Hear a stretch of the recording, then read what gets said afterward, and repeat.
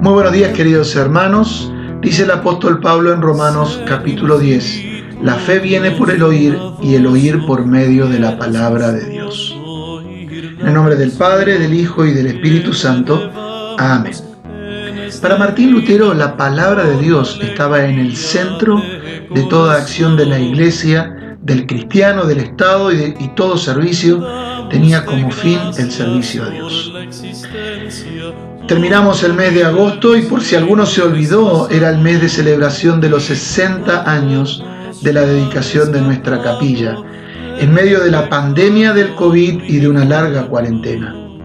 ¿Quiénes seríamos si no tenemos el corazón de Dios en Cristo para que los que no lo conocen lleguen al conocimiento que salva? Nadie puede creer si no escucha. Y lo que tiene que ser escuchado no son palabras de la psicología, del ánimo simple, de la búsqueda de fuerzas, de recomendar ciertos medicamentos o tratamientos, sino de la palabra, puesto que no hay fe sin palabra. Si algo ha funcionado en nuestra vida, en nuestra iglesia, no es por nuestra capacidad, sino por la gracia de Dios en Cristo, a quien confesamos durante tantos años como hermanos. Se debe a que en el Monte Calvario nuestro Salvador Jesucristo llevó nuestros pecados sobre sí para que tengamos vida. Por lo tanto, cuando miramos nuestra historia, reconocemos la obra de Dios en, por y para el desarrollo de la Iglesia Luterana San Marcos. El texto de Romanos conjuga de manera admirable el hecho de que todo servicio, toda acción está centrada en la palabra de Dios, puesto que la fe viene por el oír.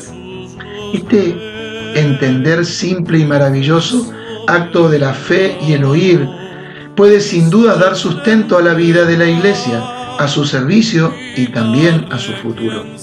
Este oír está en el bautismo de un bebé que oye el Espíritu Santo, en la predicación de la palabra, en el anuncio del perdón y en la Santa Cena. 60 años después de un comienzo en una habitación de madera, podemos resumir todo en una sola frase: al servicio del anuncio de la palabra de Dios. Y es este deseo el que motiva todo el accionar de la gracia de Dios, el conocimiento del Evangelio. Y asimismo es lo que nos debe motivar en el trabajo como congregación cristiana. Pero este mensaje del apóstol choca con una realidad cruda y actual. El mundo, el diablo y nuestra propia carne se oponen a Dios y a su mensaje. Oídos sordos por el pecado, sordos por escuchar el mensaje del mundo, confundidos por escuchar de falsos cristos, oídos que solo Dios puede abrir por Cristo, el mismo que le dijo al sordo: Éfata, ábrete.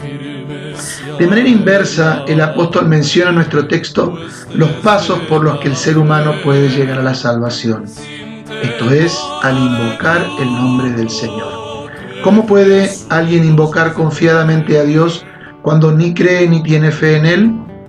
Claro que ni pueden ni lo harán. ¿Cómo puede alguien llegar a creer y confiar en el Señor a menos que oigan el mensaje de la gracia de Dios en Cristo? Nuevamente, la retórica respuesta: nadie puede si primero no oye. ¿Y cómo oír si nadie predica? ¿Y cómo predicar si nadie envía?